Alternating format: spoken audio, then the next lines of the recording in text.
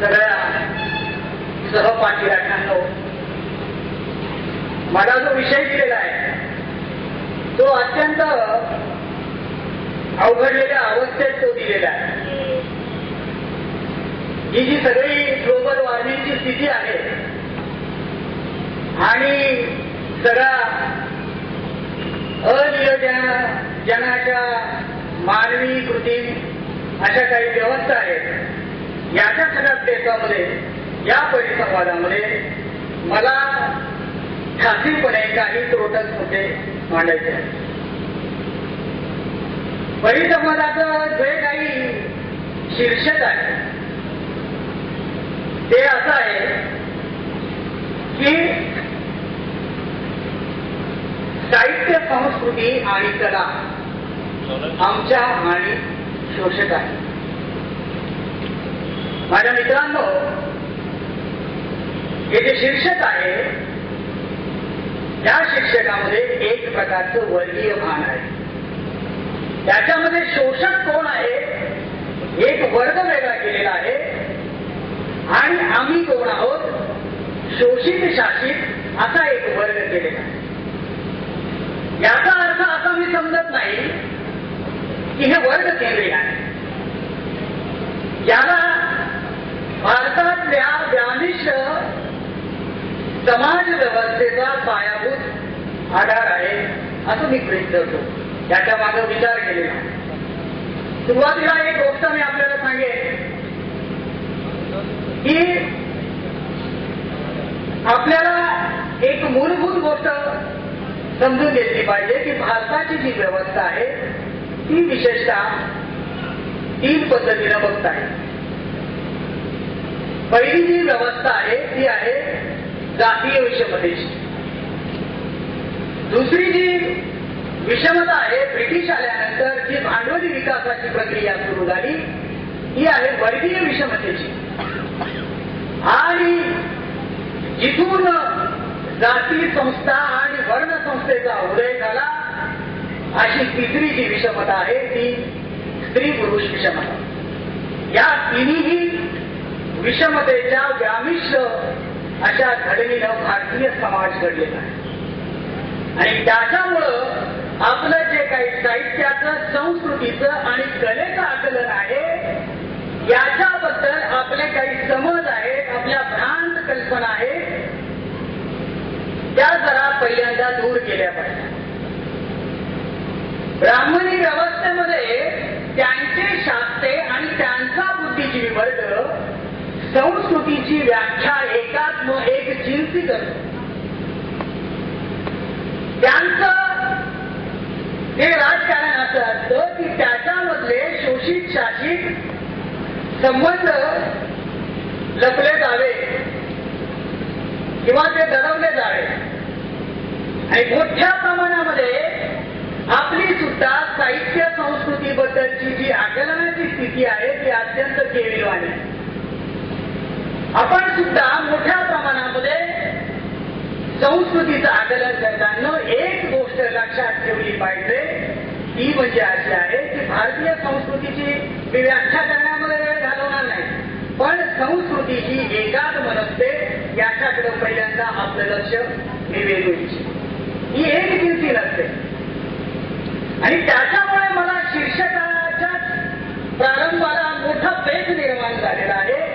जी कला मी सांगेल आपल्याला, तिचं विश्लेषण करून दाखवेल, तिच्यामधले शोषण शासनाचे जाणीव नेणीवेचे आविष्कार जेव्हा आपण तपासू तेव्हा आपल्याला लक्षात येईल की कुठली कला आणि तिचा फॉर्म, तिचा आशय बदलवता येतो का, तो विद्रोहीच्या रूपामध्ये, क्रांतिकारक रूपामध्ये आपल्याला भविष्यात पुढे घेऊन जात आहे. साधं उदाहरण आहे, त्या पलीकडच्या कट्ट्याला भाऊ फक्कडांचं नाव दिलेलं आहे. त्याच्यावर एक बोर्ड लावलेला आहे, तो आपण अनेक लोकांनी वाचला असेल. ते नॅरेटिव्ह आहे, ते नुसतं नॅरेटिव्ह नाही, ते ग्रँड नॅरेटिव्ह आहे. आजच्या सांगलीत भावेंच्या नाट्यगृहाबद्दल बरंच बोललं. भाऊ फक्कडांचा तमाशा यापूर्वीचा शृंगारी आणि मनोरंजनाच्या साधनाचं माध्यम बनलेला होता. परंतु शाहूंच्या चळवळीनं आणि बाबासाहेबांच्या चळवळीनं भाऊ फक्कड क्रांतिकारी जाणीवेकडे गेले आणि सत्यशोधक चळवळीला आणि आंबेडकरी जलसाला जे पूर्वी तमाशामध्ये नमन गायलं जायचं, जे गणपतीला पहिलं आराध्य दैवत मानायचं, हे पहिलं नमन भाऊ फक्कडांनी दिलं. त्याच्यामध्ये नमन कोणाला? शाहू राजाला. नमन कोणाला? बाबासाहेब आंबेडकरांना. नमन कोणाला? क्रांतीबाब फुल्यांना. ही क्रांतिकारी जाणीव असते आणि ती पुढे न्यावी लागते. म्हणून आपल्याला कला साहित्य याच्या संदर्भात मला अत्यंत कमी वेळ जो दिलेला आहे त्याच्याबद्दलची चर्चा करायची. मी आपल्याला काही तोटक तपशीलवाद संदर्भ सांगतो. दिवाळीचा सण जो आहे, दसरा दिवाळीचा सण, त्याच्यामध्ये संस्कृतीचं एकात्म दर्शन घडतं का? दिवाळीचा सण जो आहे तो एकाच वेळी ब्राह्मणी आणि कृषी जनसंस्कृती यांच्यातला संघर्ष. काय दिसतं दिवाळीला? दिवाळीला ब्राह्मण बळीराजाच्या वर विजय मिळवणाऱ्या वामनाची पूजा करतात आणि त्याला प्रकाश उत्सव म्हणतात. पुराणी हे सांगितलं, भारताचा इतिहास वामन विरुद्ध बळीचा आहे. आणि हा दिवाळीचा सण जो आहे त्या बाजूला ब्राह्मणी आशय घेतलेला, ब्राह्मणी हेतीमणी घातलेला, दुसऱ्या बाजूला सगळ्या बहुजन, म्हणजे बहुजन शब्द इतक्या सहज सुलभ वेग वापरला जातोय. त्याच्यात मी आपल्याला काटेकोरपणे सांगतो, शेतकरी जातीतल्या स्त्रिया आणि विशेषतः पूर्वास्पृश्य असलेले कलावंत दिवाळीच्या सणाला असं म्हणतात, पिढा पिढा जावो बळीचं राज्य यावं. संस्कृती एक आहे का? या उदाहरणानं सिद्ध होतं की संस्कृतीमधले वर्णाचे जातीचे संबंध रामिष्य आहे आणि ते शत्रुभाविता कोणते आहे हे आपल्याला सण आणि उत्सव याच्या आविष्कारातून तपासले पाहिजे. दुसरं मी आपल्याला उदाहरण सांगतो. शेती संस्कृतीमध्ये पाऊस फार महत्वाचा असतो आणि पाऊस जेव्हा पडायचा असतो तेव्हा आणखी तुम्ही सगळ्या भारतभर जर तपासणी केली, निरीक्षण केलं तर आपल्याला लक्षात येईल, विशेषतः विदर्भात, पश्चिम महाराष्ट्रात, खानदेशामध्ये शेती संस्कृतीमध्ये हादग्याचा आणि फुलाबाईचा सण साजरा केला जातो. हादग्याचा सण जो आहे तो फक्त तरुण मुली साजरा करतात. हादग्याच्या सणाचा अर्थ असा, हादगा म्हणजे काळा मेघ किंवा हत्ती. हत्ती का? बौद्ध धर्मामध्ये हत्ती प्रतीक आहे, अब्राह्मणी प्रतीक का आहे ते लक्षात घेतलं पाहिजे. कमळ का आहे? आज कमळ कोणी पळवलेलं असलं तरी ते भारताचं पहिलं जे कमळ आहे त्याचा संदर्भ इथं आहे. तर हे जे हत्ती हत्याचं प्रतीक आहे ते एकाच वेळी शेतीच्या उत्पादनाचं आणि स्त्री पुरुष म्हणजे मानवी पुनरुत्पादनाचं प्रतीक आहे. आणि या तरुण मुली वयात येत असताना आणि शेतीची जमीन उपजाऊ होत असताना पहिला पाऊस यावा म्हणून हादग्याचा मुक्त आविष्कार असलेला सण साजरा करतात. या सणामध्ये स्त्री पुरुष संघर्षाचं सूत्र मिळतं. कारण ह्या सगळ्या सणांमध्ये नवरात्रपासून तर हादग्याच्या सणामध्ये स्त्रिया पुरुषांना घेत नाही. अजूनही भारतात नाही, वास्तव आहे. तिसरं महत्वाचं सूत्र मी आपल्याला सांगेन की भारतीय हिंदी सिनेमामध्ये शकील बदायुनी नावाचा मोठा शायर होऊन गेला. ताजमहल नावाच्या सिनेमाला त्यानं गीत लिहिलं. ते गीत असं लिहिलं त्यानं, एक शहनशाह ने बनवा के हसी ताजमहल, दुनिया को मोहब्बत की निशानी है. शकील बदायुनी म्हणतो, पण डाव्यांच्या छावणीत वाढलेला शाहीर लुधियानवी त्याच्या इतिहास तुम्ही वाचा. आईला घेऊन बाहेर पडला फिडल घराण्यातनं, अशरफ मुसलमानांच्या चपक्यात वाढलेला शाहीर लुधियानवी काय म्हणतो तर शकील बदायुनीचा प्रतिवाद करतो. असं म्हणतो, एक शहनशाह ने बनवा दौलत का सहारा लेकर हम गरीबों की मोहब्बत का उड़ाया है मजाक. याचा अर्थ काय? शकील बदायुनीचं सूत्र आहे वर्ग. गरीब श्रीमंती प्रेमाच्या संदर्भात बाह्य काय असेल तरी ते तिसरं सूत्र मिळतं वर्णाचं. पहिलं सूत्र वर्ण जातीचं, दुसरं मी सांगितलं स्त्री पुरुष विषमतेचं, आणि तिसरं जे आहे ते वर्गाचं. दुसऱ्या सूत्रामध्ये अजून महत्वाची गोष्ट सुटली की पावसाचं शेतीच्या बद्दल बोलतो. अँथ्रोपॉलॉजीमध्ये शेतीचा शोध स्त्रियांनी लावलेला असल्यामुळं स्त्रियांनीच तो सण साजरा करायचा याचा एक पारंपरिक अवशेष नेहमी व्यक्तो. आणि सणांच्या उत्सवाच्या भ्रष्ट झालेल्या ब्राह्मणीकरण झालेल्या आविष्कारात हे आपण पहिल्यांदा लक्षात घेतो. मुद्दा मी आपल्याला हे 3 उदाहरणं दिले आणि म्हणून प्रश्न विचारला की संस्कृती एकात्म असते का? राष्ट्रीय संस्कृती, भारतीय संस्कृती वगैरे वगैरे असं म्हणतात. इव्हन ब्राह्मणी संस्कृती तिच्यामध्ये सुद्धा प्रचंड आंतरविरोध आहे. आणि म्हणून ब्राह्मणी संस्कृतीमध्ये त्याच्या परिणामामध्ये कोण विरोध करतो, कोण सुधारणावादी आहे, अशा वेळेस क्रांतिकारी आणि विद्रोही प्रवाहाला त्यांच्याशी क्रांतिकारी तडजोडी करून चळवळ पुढे नेता येते का याचं एक व्यूहरचनात्मक भान ठेवावं लागतं. याच्यासाठी संस्कृतिकारांचे करायचं आहे. त्याच्यासाठी हिस्टॉरिकल थिंग्स ही कालपासून बघतोय. विद्रोही साहित्य संमेलन एक इतिहास परिषद झालेला आहे. सगळं इतिहासावर सगळे पंडित बोलतात. मी इतिहासाचा अभ्यासक आहे आणि मी घाबरून गेलेलो आहे. मी मागे कोपऱ्यात बसलेला असतो आणि मला चिंता पडलेली की मी इतिहास शिकवतो आहे आणि मी इतिहास परिषदेला आलेलो आहे. मित्रांनो, historical sense is the one part of our culture.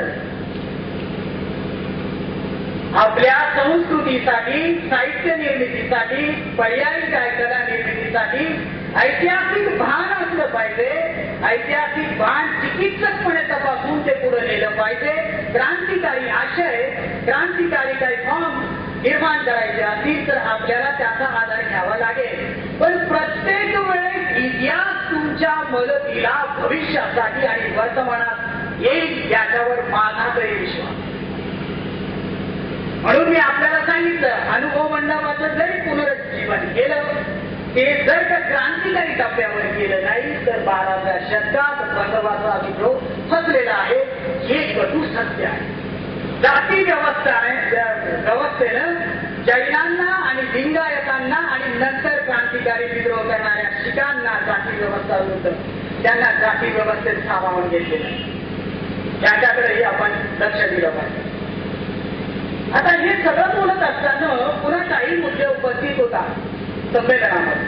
नागरी समाजामध्ये ज्यांचे धर्म, संस्कृती, साहित्य, कला इत्यादी स्तरावर ब्राह्मणीकरण होत असतं, सुरू असते ही प्रक्रिया. अशा सगळ्या शूद्राती शूद्र जात वर्णाचे जे राजकीय स्तरावर सत्ता वर्चस्व ठेवायचं असेल तर जी ब्राह्मणीकरण करण्याची प्रक्रिया आहे ही आत्ताच्या एकूण भांडवली आणि ब्राह्मणी परिवेशामध्ये काय दिसतं. मी उदाहरण देतो आणि पुन्हा आपण जाऊया. पट्टचा बघा. 85 साली नवीन टीव्ही आलेला, म्हणजे 80 पासूनच आलेला आहे. 82, 83 आणि राजीव गांधी पंतप्रधान झालेले होते त्यावेळेस. आणि राजीव गांधींनी काय नाही, भाकरी नाही, शिक्षण नाही याचा विचार केला नाही, पण ते म्हटले की भारताला अत्याधुनिक करणार आणि घराघरात टीव्ही पोहोचवणार. आणि राजीव गांधींच्या अभियानांना प्रचंड यश आलं. 10 वर्षामध्ये ज्यांना भाकरी मिळायच्या नाही अशा खोपट्यांमध्ये टीव्हीचे अँटेने दिसायला. पण या टीव्हीने काय साध्य केलं? सत्ताधारी जाती वर्गाला टीव्हीचं काय असं माध्यम, भांडवलशाहीला काय टीव्हीचं माध्यम महत्वाचं ठरतं त्याच्याकडे लक्ष दिलं पाहिजे. टीव्हीचं माध्यम काय आहे? 85 साली किंवा त्याच्या मागे पुढे कदाचित साल चुकत असेल, PR चोपडा आणि मला वाटतं रामानंद सागर या दोघींनी 2 मालिका लोकांमध्ये प्रस्तुत केल्या. त्या होत्या रामायण महाभारताच्या. सर्वात पॉप्युलर होऊ लागलं रामायणाच्या मालिका. रामायणाचे आधार काय होते तर रामायणाचा आधार होता वाल्मिकी रामायण प्लस पॉप्युलर हिंदी बॉलिवूड करण्यासाठी त्यांनी आणखी तुलसीदासाचं रामायण असं करून ते रामायण प्रेझेंट केलं. आणि हे रामायणाच्या मालिका सुरू होता सुरू असताना कोणाच्याही लक्षात आलं नाही. 85 पासून मोजा 7 वर्षामध्ये त्याचं राजकीय दुष्फलित काय हाती आलं.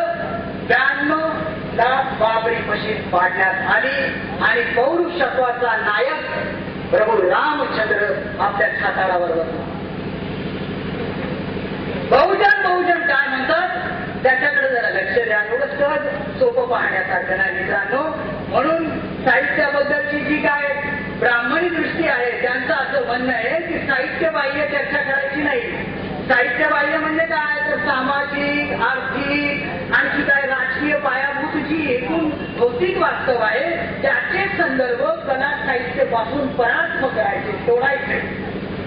हे तोडायचे नाही. हे जर जोडले तर मग त्यांचे सगळे हितसंबंध उघड होतील, त्यांच्या चलाक्या उघड होतील. त्यांनी केलेली एकूण आधी मान्यतेच्या राजकारणाची सगळी ऐतिहासिक कालक्रमणा उघड पडेल. परंतु अशी चर्चा करायची नाही असं ते पाळलं जातं. आणि म्हणून तशा पद्धतीने कला साहित्याचं सौंदर्य शास्त्र मांडलं जातं. मग ते विश्व चैतन्यवादी असतं, मग कधी ते नुसतं भौतिकवादी असतं. ती वर्ग केंद्रीय पारंपरिक चुकीच्या धारणा देतो. ते बेसिक भारताच्या व्यवस्थेला व्यवस्थित आलं हे पण दिसतं. म्हणून ही गोष्ट लक्षात ठेवली पाहिजे की याच्यामुळे बहुजन जाती जमातले जे दलित भटक्याविमुक्तांची आदिवासींची जी शोषण शासनाची चर्चा पुढे येणार आहे ती साहित्य बाह्य कला बाह्य चर्चा समोर येणार आणि ती आपल्याला कला साहित्य याच्याशी जोडावी लागेल. ही जर आपण व्यवस्थित नाही जोडू शकलो तर मग आपल्याला सर्वात मोठा धोका. मला एक आठवतं गेल्या 20-25 वर्षापूर्वी दक्षिण भारतातले सर्वात मोठे साहित्यिक आहे, त्यांचं नाव आहे ब्राह्मणी साहित्यिक आहे शिवराम कारंत. ते असं म्हणाले मराठी साहित्यात एका मोठ्या मराठी साहित्यिकाला म्हटले आणि ती बैठक मी बालपणात अगदी त्या घरात ऐकलेली. ते 2 मोठे साहित्यिक होते. एक होते शिरवाडकर कुसुमाग्रज आणि दुसरे होते शिवराम. ते काय बोलत होते ते बोलले शिरवाडकरांची मराठीत काय आहे, मराठी साहित्यामध्ये काय आहे. मराठी साहित्यामध्ये उष्ट ओकण्याची प्रवृत्ती आहे. काय उष्ट आहे. सगळं साहित्य बघा. ज्यांना ज्यांना ज्ञानपीठ मिळालं, ज्यांना मराठीच्या आविष्काराच्या बद्दल पारितोषिकं बक्षिसं दिली ते सगळं काय लिहितात. रामायण महाभारताचे पुराणी कीर्तनकारांसारख्या कथा कादंबऱ्या. बाबासाहेब आंबेडकरांनी काय लिहिलं.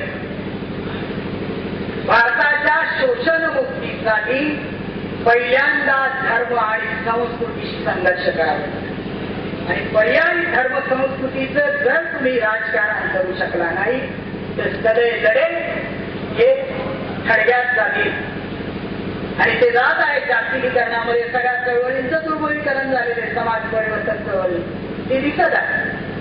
पण शिवराम कारंत जे म्हणाले ते खरंच आहे.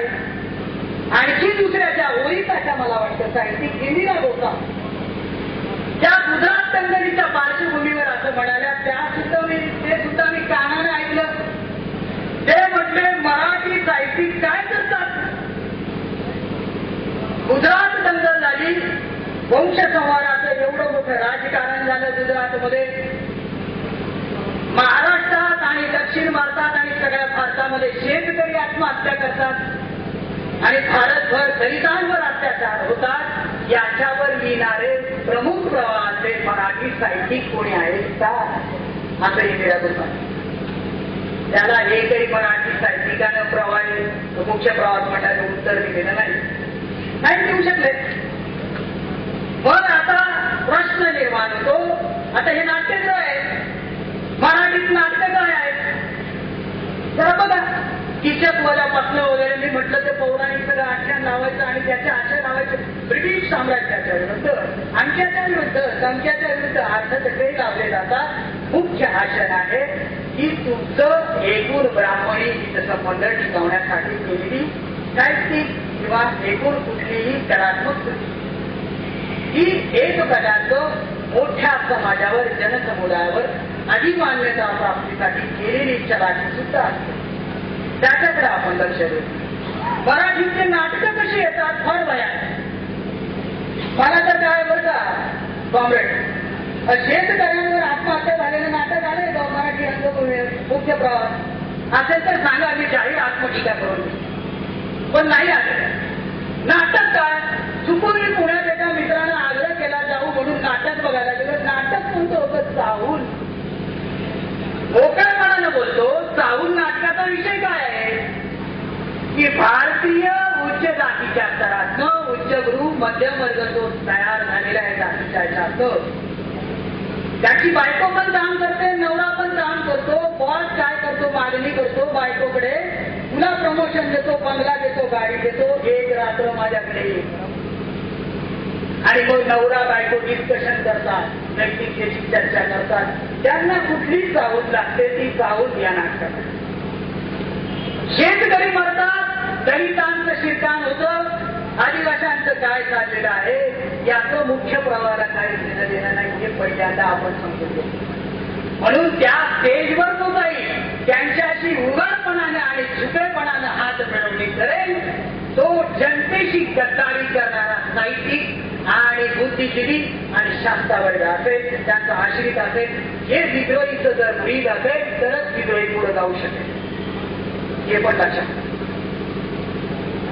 आपल्याला जनतेशी आणि फुले आंबेडकरांनी दिलेल्या ध्येयाशी जर प्रतारणा करायची नसेल आणि पर्यायी साहित्य आणि संस्कृतीची जर रचना करायची असेल तर आपल्याला साहित्याबद्दलचं आणि संस्कृतीबद्दलचं एक आकलन वाढवलं पाहिजे. मला तुम्ही सांगा बरं, माझा वेळ संपला. कारण बरेच